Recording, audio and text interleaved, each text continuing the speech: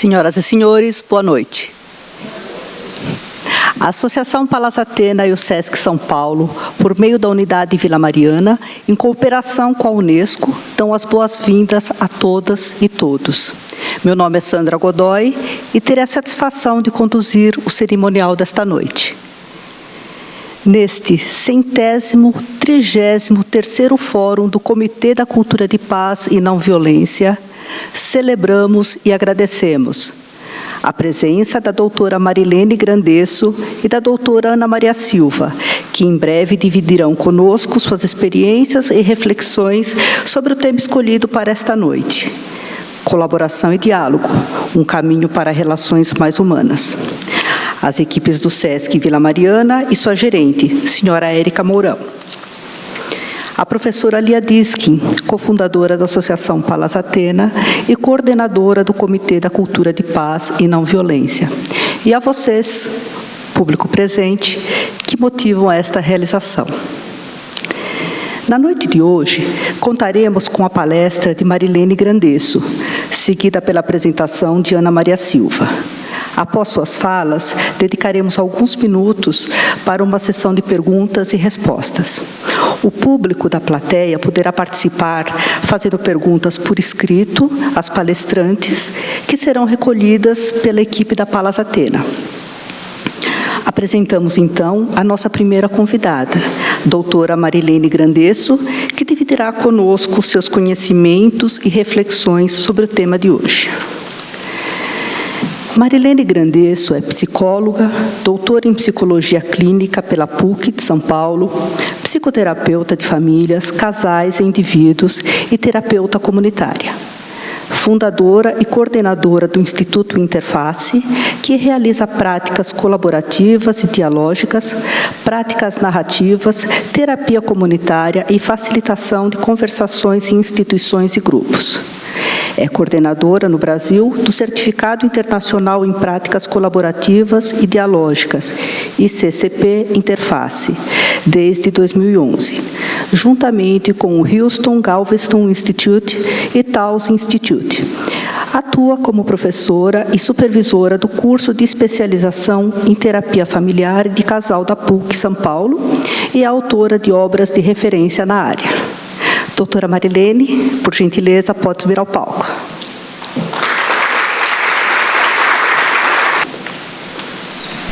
Boa noite a todos e a todas. Acho que está um pouquinho alto aqui. Está melhor assim? Estão me ouvindo? Assim, tá bom. Tá bom. Tá bom? Tá. Em primeiro lugar, eu quero agradecer muito esse honroso convite da professora Lia, da Lúcia, queridíssima, que foi a pessoa que primeiro me recebeu no Palas, há muitos anos atrás, quando eu estive para dar algumas aulas de terapia comunitária, que têm sido brilhantemente conduzidas atualmente pela professora Liz Verônica Versili Luiz. E, para mim, chegar perto do Palas é sempre um motivo de grande alegria e eu sei que eu vou sair sempre transformada. Né? E, então, é uma honra. Né? O que eu escolhi para falar aqui é uma coisa muito simples, perto do cotidiano da vida, porque teria muitas formas de abordar colaboração e diálogo, né? Poderíamos remontar Platão, diálogos do Platão, poderíamos fazer um caminho filosófico, e eu preferi seguir as micropráticas das relações, que é aquilo que se passa entre um e outro. Então, a minha reflexão, ela vai passar por aí. Né? E foi muito bom, né, poder estar aqui hoje, porque na minha rede de relações e de referência, eu pude encontrar a doutora Ana Maria, que pelo pouco que eu conversei com ela, eu já me apaixonei. Né? Por um trabalho maravilhoso. Então, como é que está estruturada essa noite aqui? eu vou fazer algumas reflexões que são mais de natureza conceitual e que são ligadas ao que eu normalmente trabalho e os professores convidados do Certificado Internacional em Práticas Colaborativas e Dialógicas também trabalham, que são algumas considerações sobre a colaboração e o diálogo. E a professora Ana Maria vai ilustrar um trabalho belíssimo, onde a colaboração e o diálogo ganham espaço nas ruas, e um trabalho fantástico que ela vai compartilhar com vocês, né? Então, são coisas muito simples. Eu espero que essa minha fala possa convidar o diálogo interno de vocês, enriquecendo essa fala com as contribuições que vocês têm nos momentos de colaboração e de diálogo que já tiveram na vida. Então, são algumas ideias, nada de muito complexo, mas alguma coisa que, pelo menos, é um eixo norteador do que venho fazendo. Então, acho que um primeiro ponto que me chama a atenção, assim como um ponto de partida, que mundo é esse que habitamos e que nos habita, né? E esse mundo é um mundo que é um entramado, um emaranhado de significados, e entramos no mundo numa trama de significados, e de tal forma que, quando nascemos, a nossa história já começou. Ela não está iniciando ali no momento do nosso nascimento. Nós trazemos já uma bagagem que vem das nossas famílias de origem, da cultura, do momento em que nascemos, né? Ter nascido nessa metrópole ou em uma cidade rural, né? Todo esse mundo, de alguma forma, vamos habitar e vai nos habitar, de alguma forma contribuindo para a pessoa em que a cada momento nos tornamos, porque nenhum de nós é um produto acabado. Nós estamos sempre em constante transformação, né? E ao nos transformarmos, transformamos esse mundo. E que mundo que nós temos construído juntos? Nós temos construído um mundo de afetos e desafetos, um mundo de colaboração, um mundo de diálogo, um mundo de conflitos, um mundo de amores e desamores. E uma coisa que tem chamado muito atenção, eu já estou no final da casa dos 60, né? Quantos desafios, né, passaram pela minha vida e eu passei por eles, mas o que eu tenho visto, né, como terapeuta de família e de casais, é como os conflitos têm dizimado as relações, né? Eu encontrei no meu consultório casais que terminaram relacionamentos de anos por diferenças ideológicas e diferenças políticas, de tal forma que um conflito pode ser, de fato, uma coisa avassaladora. E nós vivemos isso, nesses últimos anos, de uma forma realmente muito intensa e, de alguma forma, também muito drástica. Realmente, a gente sempre fala que essa época é uma época mais difícil que a anterior, mas o que eu tenho visto nos consultórios tem me mostrado isso. E eu queria trazer o que é que acontece quando vivemos situações assim muito problemáticas e complexas, como são essas situações humanas, né, nas quais nos encontramos e somos desafiados a cada dia. Então, um autor, o Adam Kahane, que tem muitos escritos, principalmente na facilitação de colaboração e de diálogo, ele tem um livrinho, que eu digo livrinho porque ele é bem fininho, mas é um livro de muita importância e me foi muito útil ter encontrado em minhas mãos. E o livro tem um título muito curioso. Chama-se Trabalhando com o Inimigo. Como podemos colaborar com pessoas com quem não concordamos, não gostamos e não confiamos. Vocês podem imaginar que isso seja possível? Pois é, mas ele mostra que é.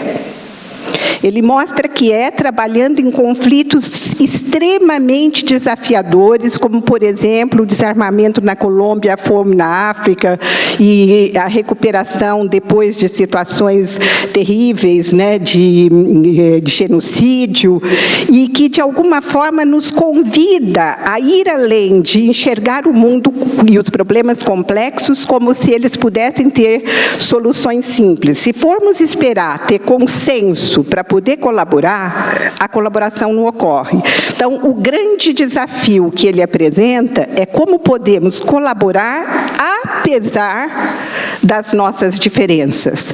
E isso só é possível porque temos uma comunhão com uma causa comum, né? Muitos querem a paz, mas um acha que a paz é por aqui, outros vão achar que a paz é por ali, e, portanto, enquanto se discute qual é o problema e quais são as soluções, não saímos do lugar e, na melhor das hipóteses, saímos do lugar, mas muitas vezes nas situações de competição, né? E conflito, desafio e, pior que isso, violência.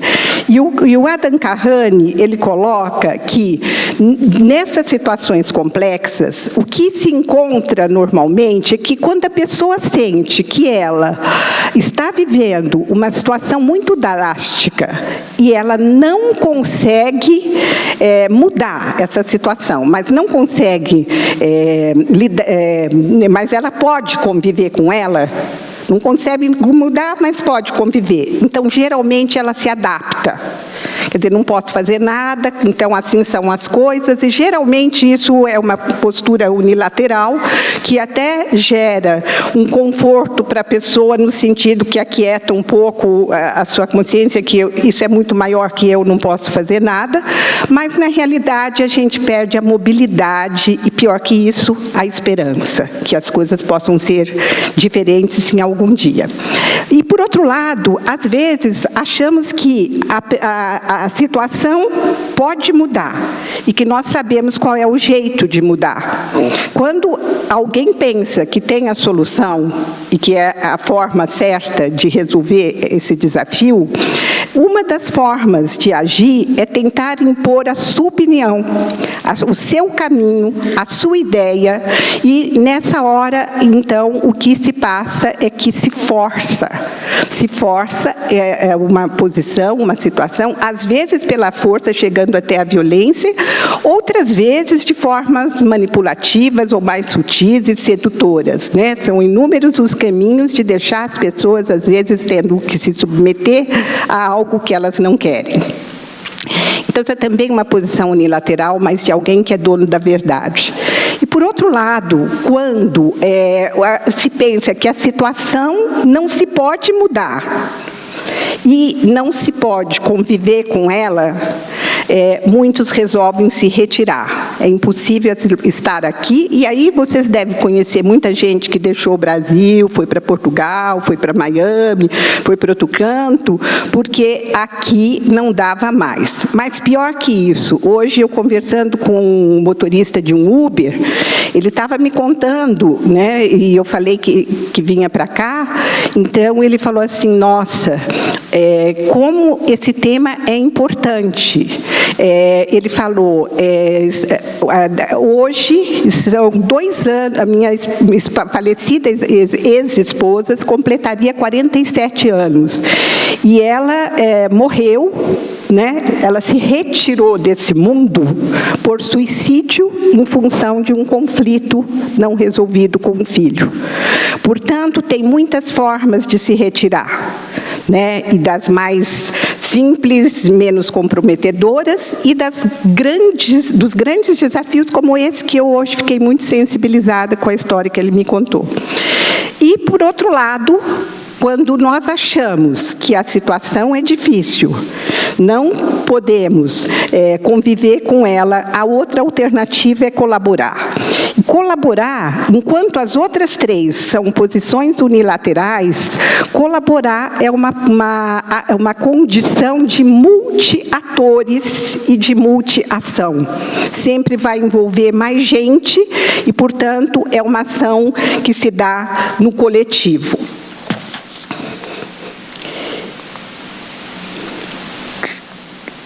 Opa! Espera um pouquinho, vocês estão descobrindo os meus segredos. Não era para ver aqueles lá, era só o primeiro. Bom, então, a colaboração, conforme eu estou trazendo aqui, ela vem como uma forma de vida, é uma escolha. Tá?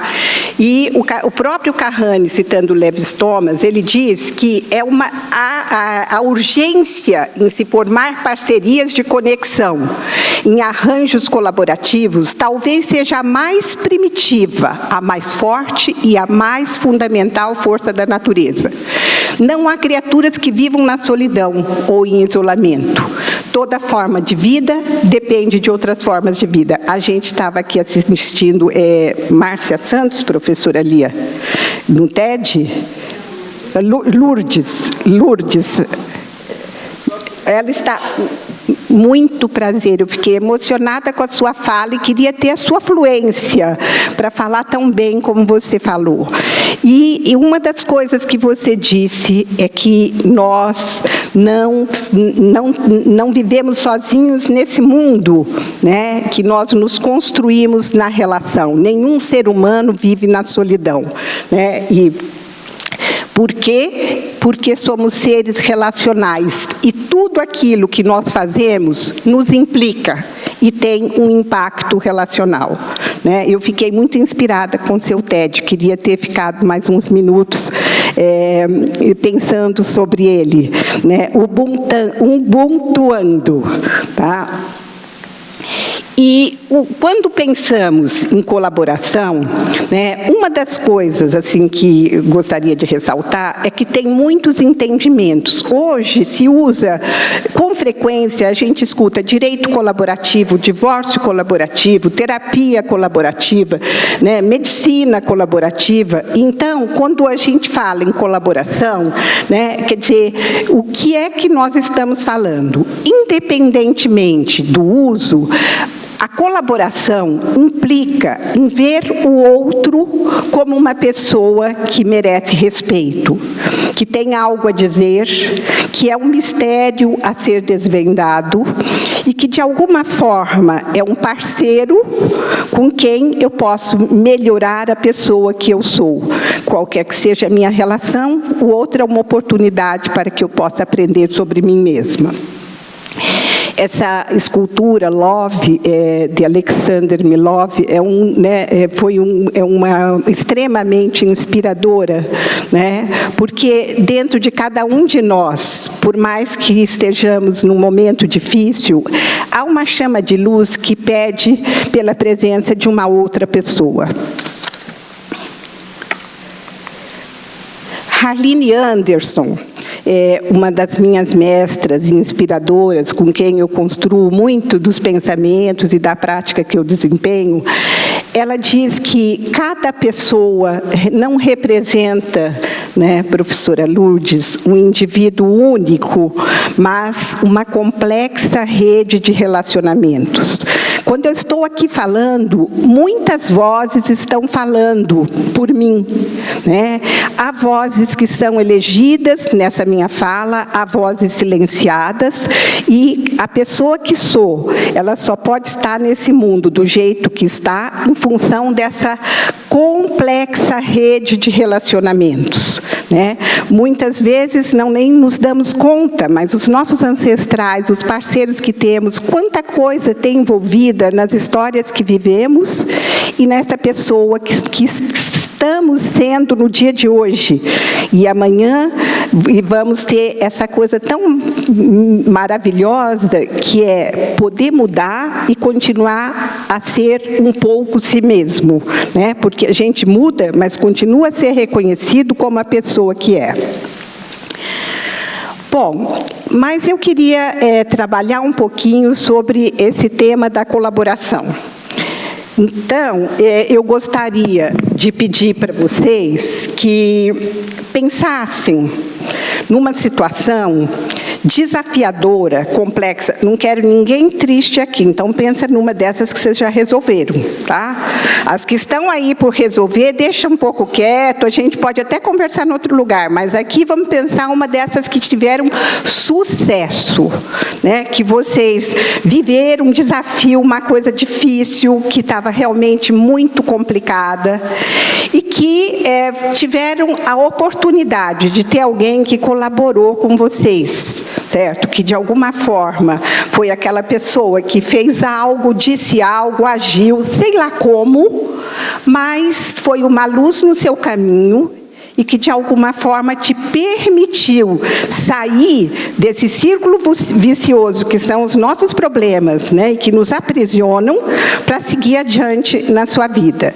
Então, eu gostaria que vocês tomassem um minutinho pensando qual foi a situação. Com certeza tem, porque se não tivesse gente colaborando com cada um de nós, não estaríamos aqui hoje, né? E aí, qual foi a situação?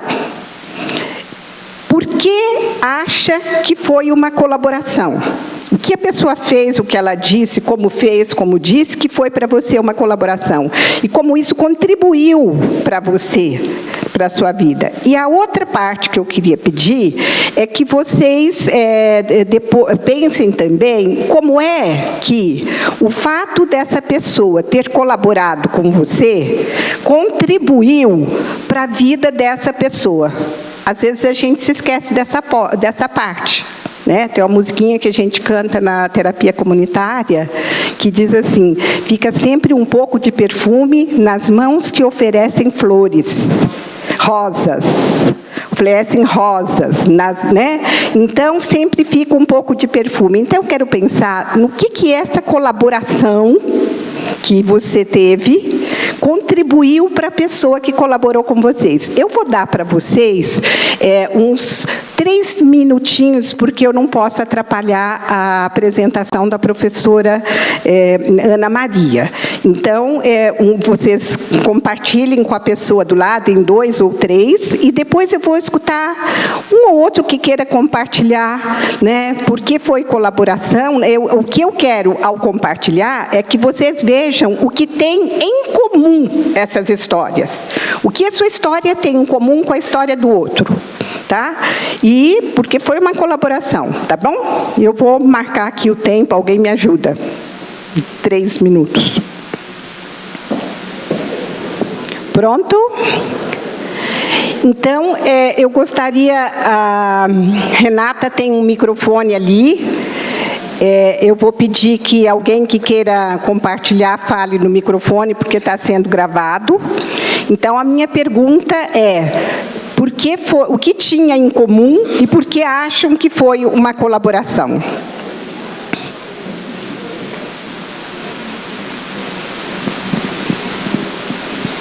Pode dizer seu nome, por favor. Oi, boa noite, eu sou Maura. Eu estou ao lado de uma pessoa que colaborou comigo assim, 1000%.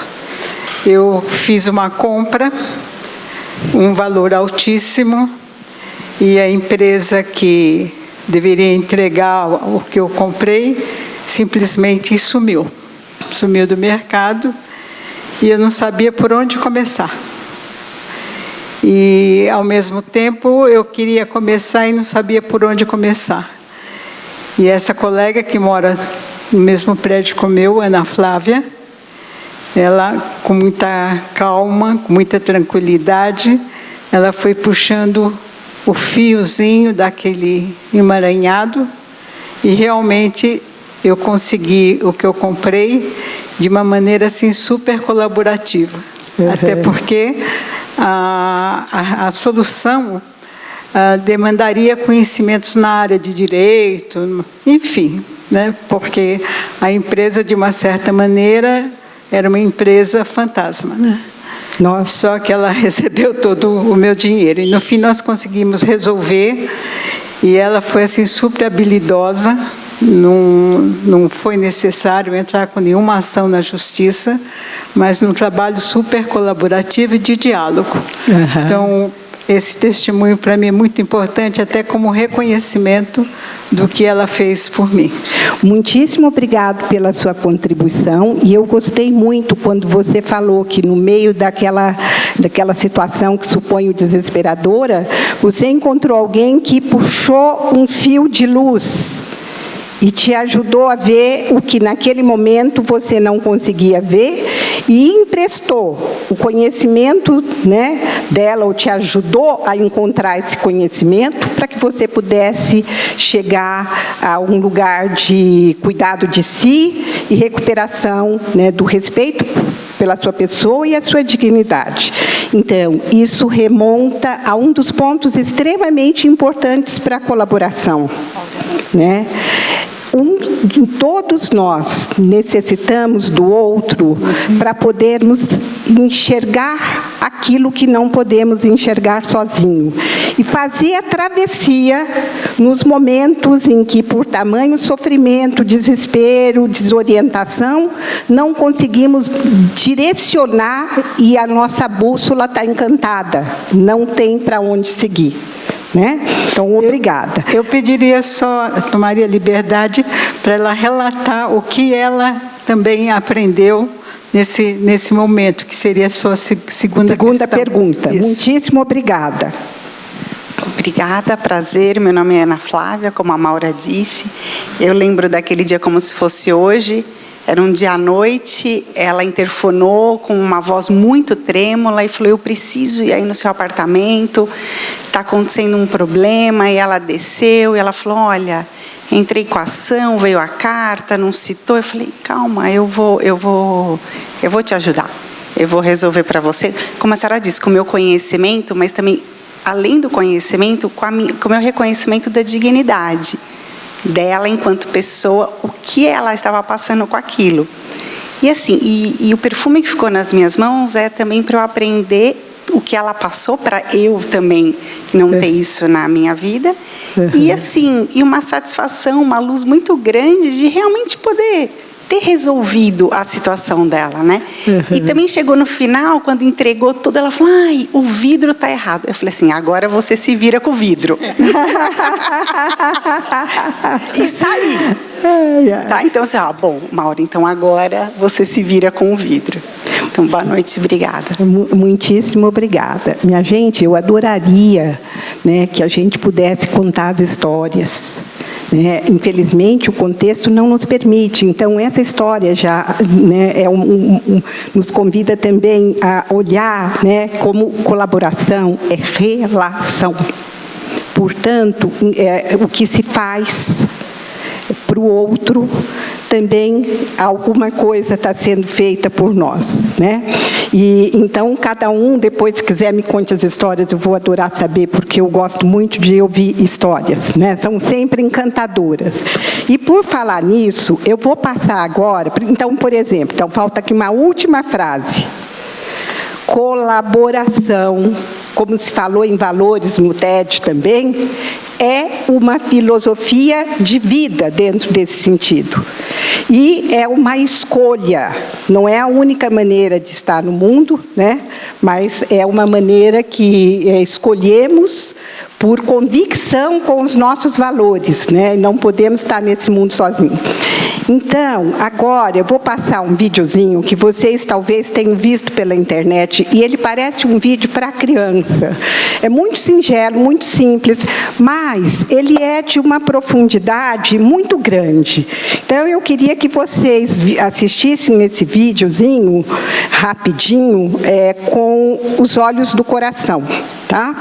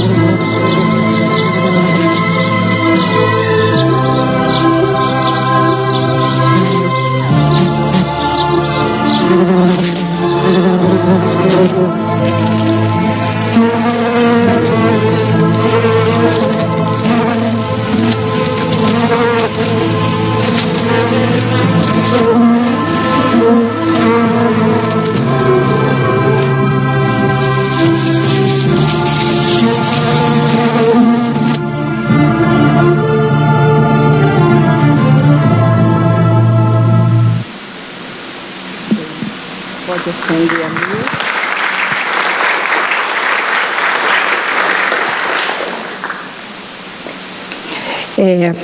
Quando eu vejo esse vídeo, ele me toca muito, porque muitas das formas de colaboração, elas são associadas a essa condição de ajuda. Alguém que caiu, você ajuda a levantar. Alguém que perdeu alguma coisa, você ajuda a procurar. Alguém que, de alguma forma, como essa Joaninha, não podia seguir adiante em função da posição que estava. Mas ele me toca muito, porque a Joaninha que encontrou a companheira caída não ficou indiferente. E, embora ela não pudesse resolver essa questão sozinha, porque ela poderia também se adaptar. Pobre, coitada, não posso fazer nada por ela, certo? Mas o que ela fez? Ela buscou mais gente. E aquele zum que ela falou, não podemos entender essa linguagem. O que foi que ela disse do jeito que ela disse? Mas o que me chama a atenção é que, como uma mensageira de um valor, ela polinizou algo que, de alguma forma, foi um convite para que todas pudessem juntas, em comunhão com a causa, cuidar daquela situação. E também me toca porque quando elas juntas estenderam aquela folha deixou um espaço para que a Joaninha caída pudesse agarrar com as suas patas a folha. Portanto, essa parte ela podia fazer e fez. E, portanto, não foi uma ajuda que, de alguma forma, minimizou aquilo que o outro pode fazer. Né? Que muitas vezes, quando a gente colabora, nós não damos espaço para a competência do outro, achando que ele precisa de uma ajuda e temos que fazer tudo. Não, ali, quer dizer, que incrível, né? Essa é o que ele nos convida a ver. Né? Então, eu acho que é um vídeo bastante interessante nesse sentido, porque a colaboração, dentro dessa concepção que eu estou falando aqui, é uma ação conjunta, é uma relação, é aquilo que fazemos entre todos, né, como pessoas, e que, de alguma forma, mobiliza. E acho que, para que tenhamos relações mais humanas, nós temos que polinizar esses valores. Sempre tem eco, alguém escuta. Às vezes, a ocasião é mais propícia para isso, nem sempre né, mas às vezes é. Então, portanto, essa postura filosófica comunica que a pessoa é um ser humano único, não uma categoria ou tipo de pessoa, como costumamos, principalmente na minha área de psicologia, que a gente rotula e a pessoa desaparece diante, por exemplo, do seu diagnóstico, né? E essa pessoa é reconhecida, ela é apreciada e ela tem algo a dizer. Cada pessoa é um mistério a ser desvendado, né? E se a gente acredita nisso, nós podemos nos conectar e colaborar.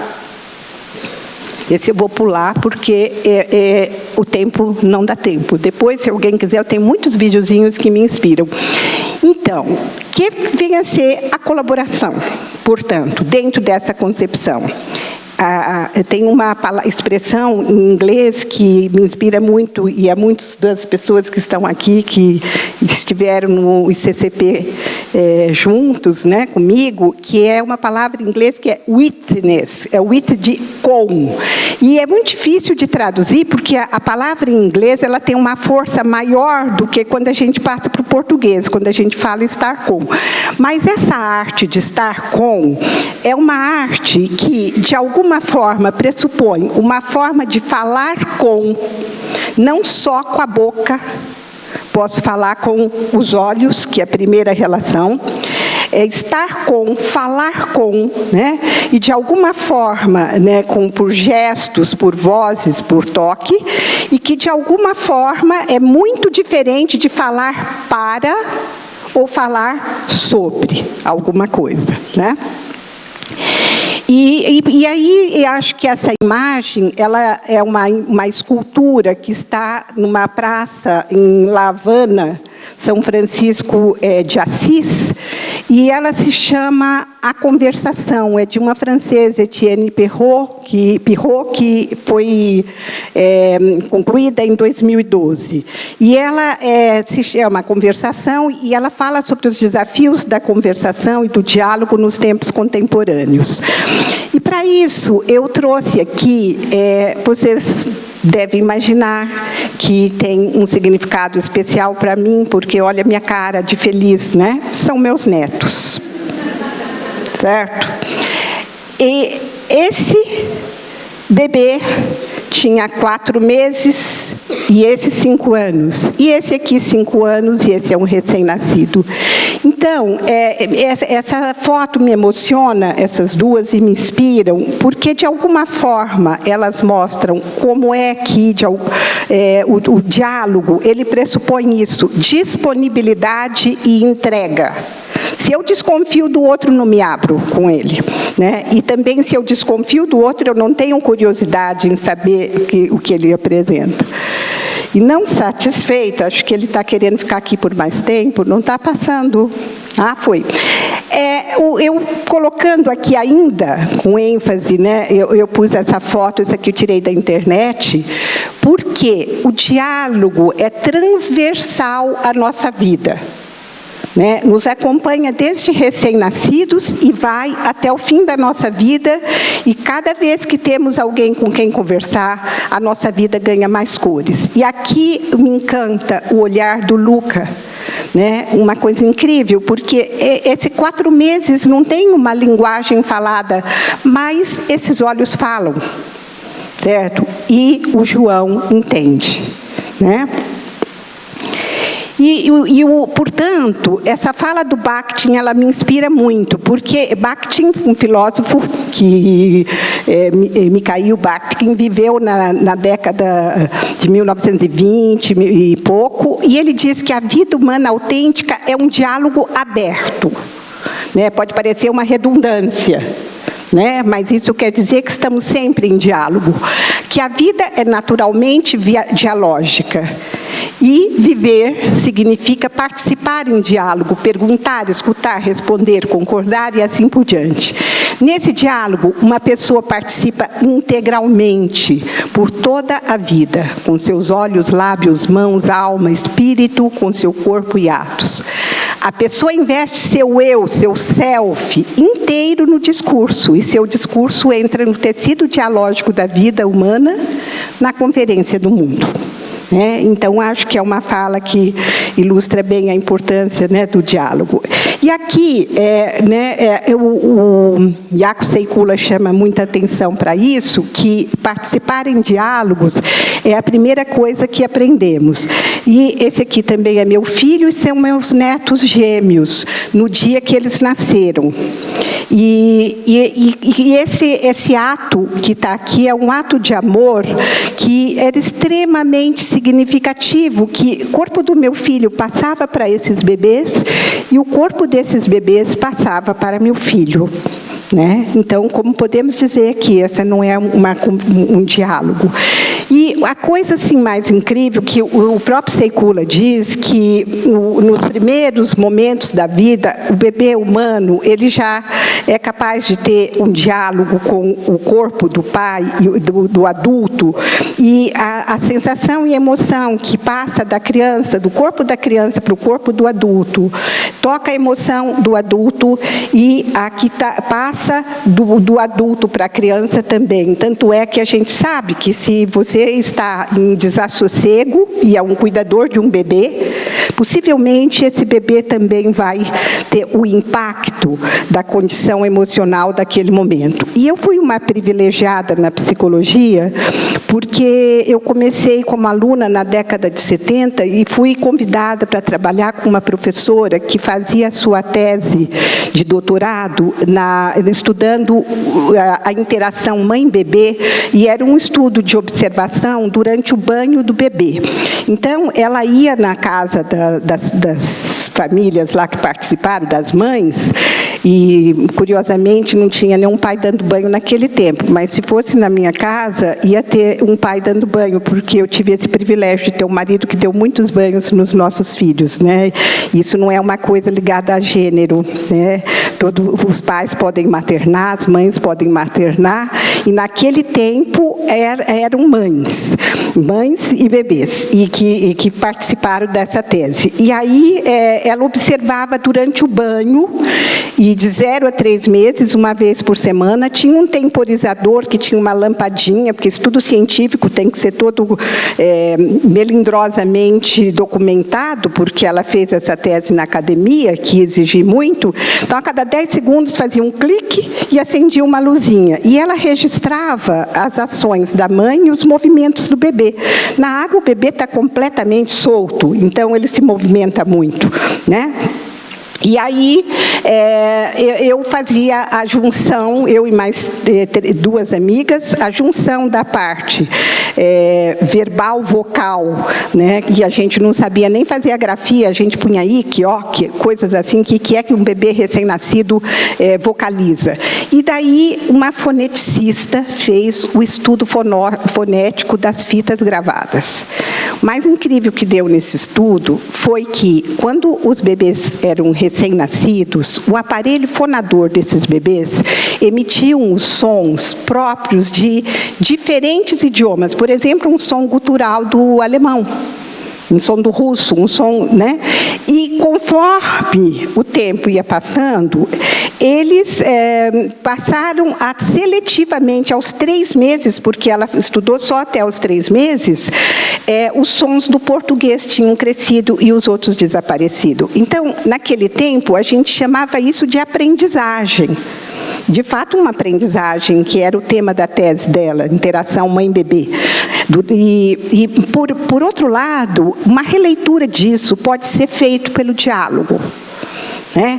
Porque era muito interessante as curvas de acompanhamento desses sons, né? Então, as curvas, elas seguiam a mesma linha, a curva da mãe e a curva do bebê tinham a mesma topografia, uma coisa fantástica, parecia algo construído.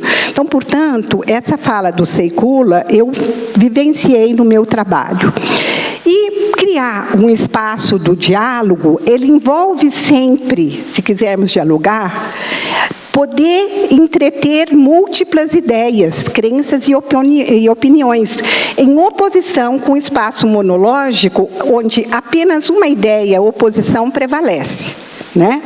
E, portanto, esse conjunto de ideias, ele está sempre em movimento, né? E, portanto, quando você interessante, né? O passarinho, que eu esqueci o nome, olha para trás, né? E olha para frente também. E quando você olha para frente, a frente já virou trás, né? Então, assim, a vida é movimento, né? E eu também trouxe essa escultura, que é da mesma... que essa eu não tenho aí a autoria, peço perdão, né? A pessoa que me enviou essa foto. Mas diálogo e colaboração andam de mãos dadas. Não se pode colaborar sem dialogar, certo? Porque você não pode supor o que é que o outro, o que é bom para o outro. Quem somos nós para saber o que o outro precisa, né? Nós podemos ser solidários, ter compaixão e fazer muitas coisas boas para o outro, mas a colaboração como relação, ela pressupõe que você possa saber deixar o outro aparecer para você e que você possa se conectar com ele no contexto dele. E um grande desafio para o diálogo também, trazido pelo Kahane, que ele fala da síndrome da inimização, né, tão comum. Nós vivemos isso, gente, estamos vivendo ainda, certo? Mostra que essa síndrome consiste em pensar e agir, como se as pessoas com as quais estamos lidando e que pensam diferente de nós, agem diferentes de nós, são nossos inimigos, pessoas que originam os nossos problemas. É muito comum que, quando a gente cai no imobilismo, quando pensamos que o nosso problema é o outro, né? E, portanto, o outro precisa mudar para que eu siga bem, né? E nos mais variados contextos, a gente usa muitas palavras e conotações para descrever esses de quem nos diferenciamos, né? Os outros, os rivais, os concorrentes, os adversários, os inimigos. Os inimigos são sempre esses outros, essa gente. O equivalente na inimização seria: eu tenho outra opinião, você está errado, ele é o inimigo. Então, isso é uma coisa muito desafiadora, não transformar o diferente num errado ou num inimigo. E, portanto, conversar dialogicamente, como um caminho para, né, conversar como um caminho para o diálogo, convida a polivocalidade. Se a gente perguntasse aqui se alguém discorda que todas as pessoas deveriam ter voz, a gente sabe que todos iriam dizer que não discordam, todos têm direito à voz. Mas quantos de nós não respondemos ou interrompemos uma fala antes mesmo que o outro termine uma frase? Certo? A pessoa nem bem acabou, você já respondeu, né? Como se nós tivéssemos o dom de saber o que é que essa pessoa iria dizer, né? E pior, quer dizer, isso é uma coisa que acaba sendo uma violência, porque deixamos de ser curiosos, né? O que essa pessoa está querendo nos dizer. Isso eu vou pular, porque é uma coisa lindíssima que vocês podem pegar na internet. Está sendo nomeado como duelo de banjos. É muito lindo. Passa? Mas como está meu tempo, Sara? Posso ir? Posso, professora? Tá. Então, vejam isso, gente. Espera aí. Está indo para frente. Não podem descobrir meus segredos.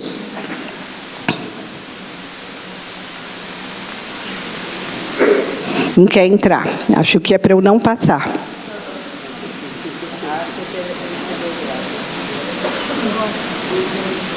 Não quer passar.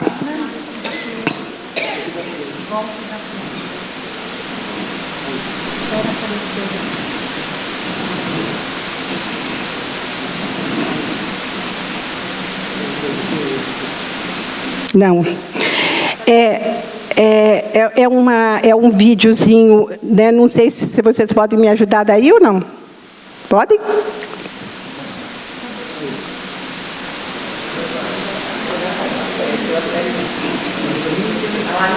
Não vai.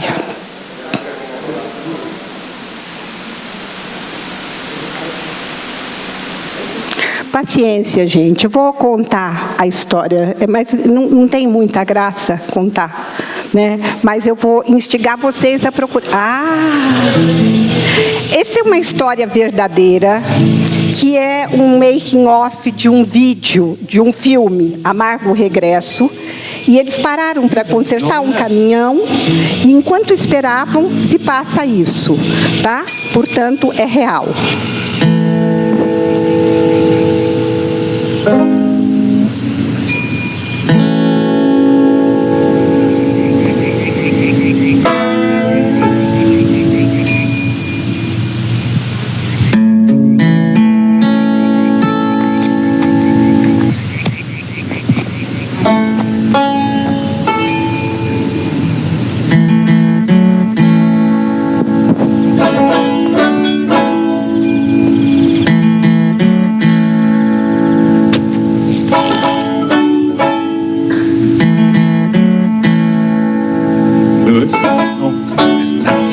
About his hand.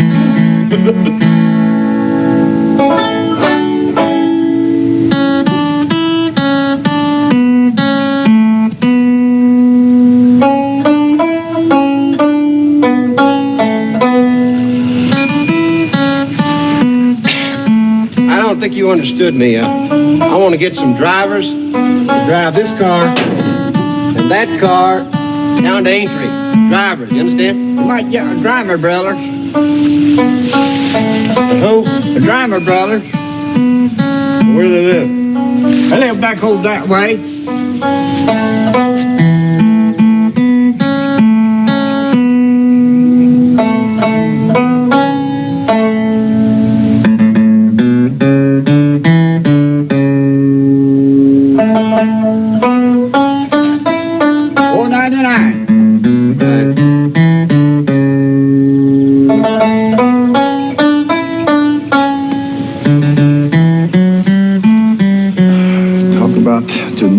deficiencies.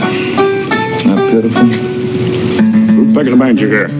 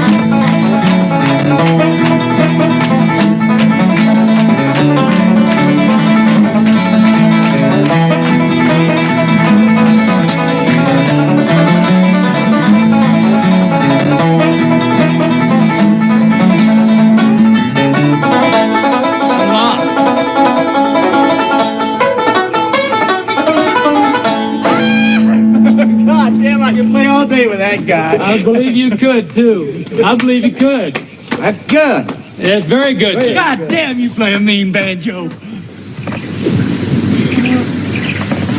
Hey, you want to play another one? Give him a couple of bucks. And that chubby boy had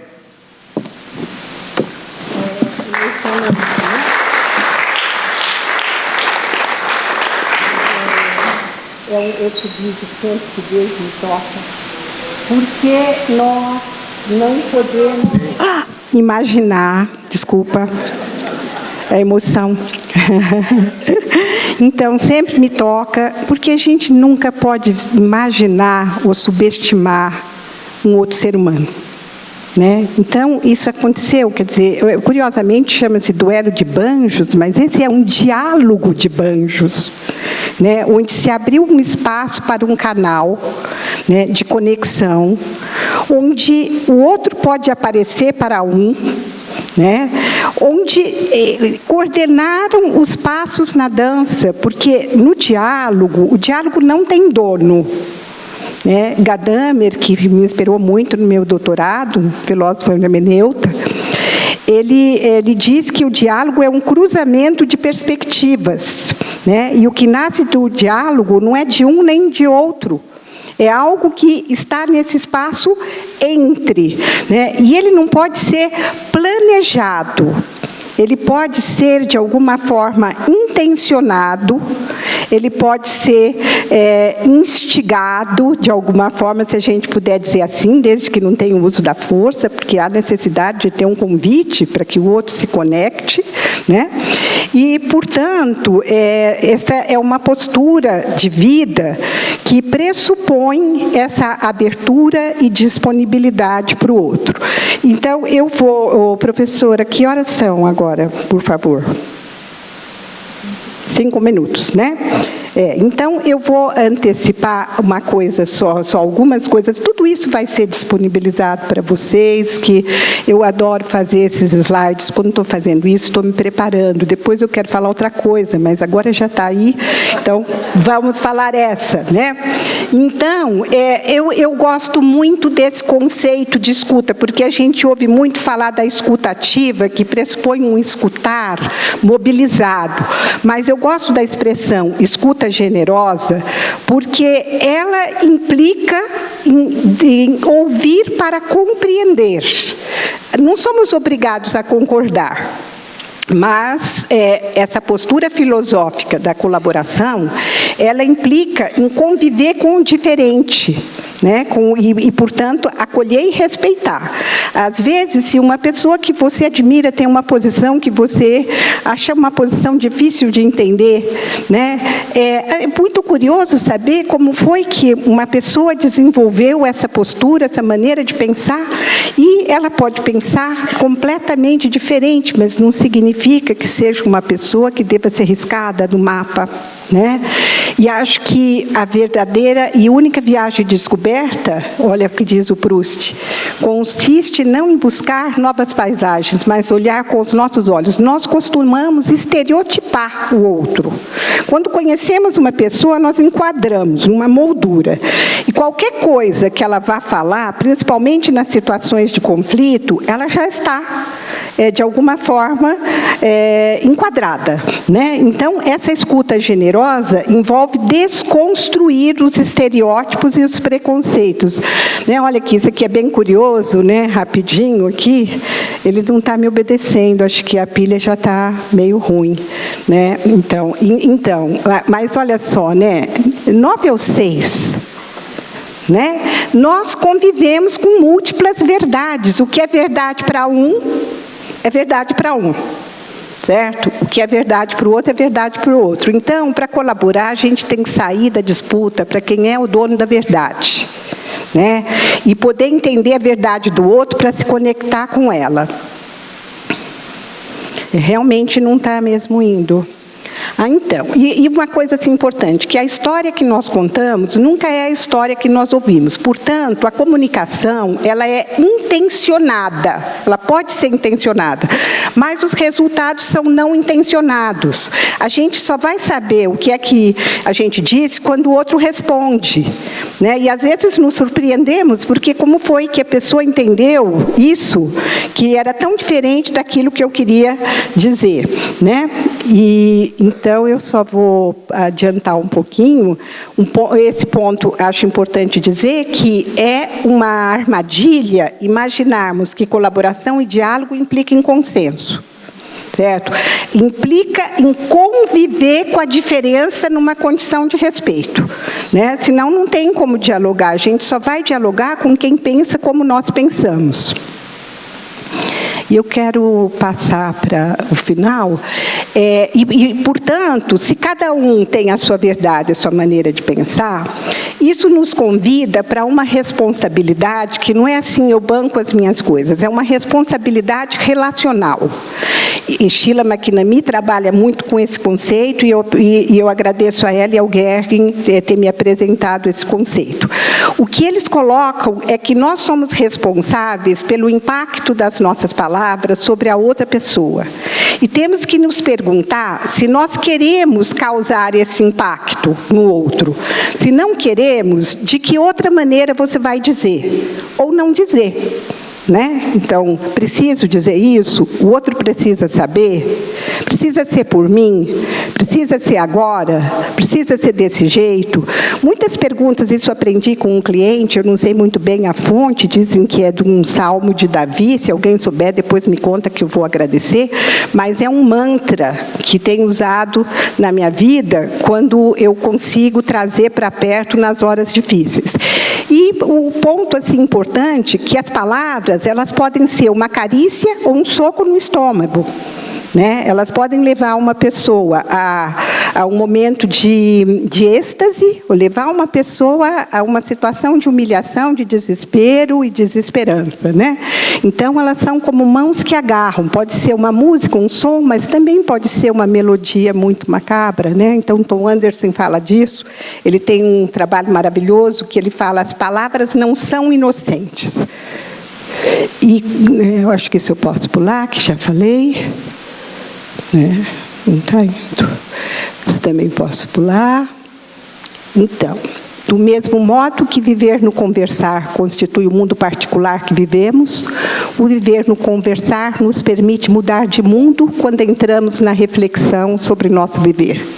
A reflexão é uma operação na linguagem que trata da própria circunstância com um objeto que se olha e se pondera, e sobre a qual não se pode atuar. Ela é o ato máximo da liberdade e, de certo modo, o dom máximo do viver humano. Sabe as palavras do Maturana. Né? Então, portanto, como trazer a reflexão para a nossa vida se quisermos ser, ter uma existência mais humana? Eu acho que, embora eu tenha mais algumas coisinhas, está de muito bom tamanho para agora.